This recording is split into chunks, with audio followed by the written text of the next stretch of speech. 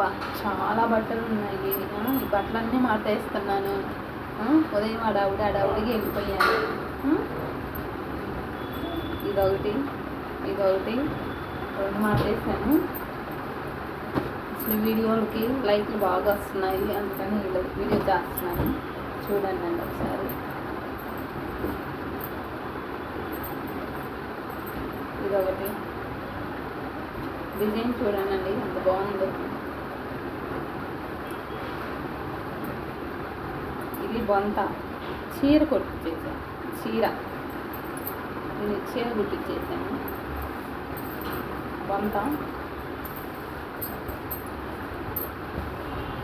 ఈ బొంతను చూసి వేరే వాళ్ళు ఉరికొచ్చేస్తారు కూడా. ఈ టవల్స్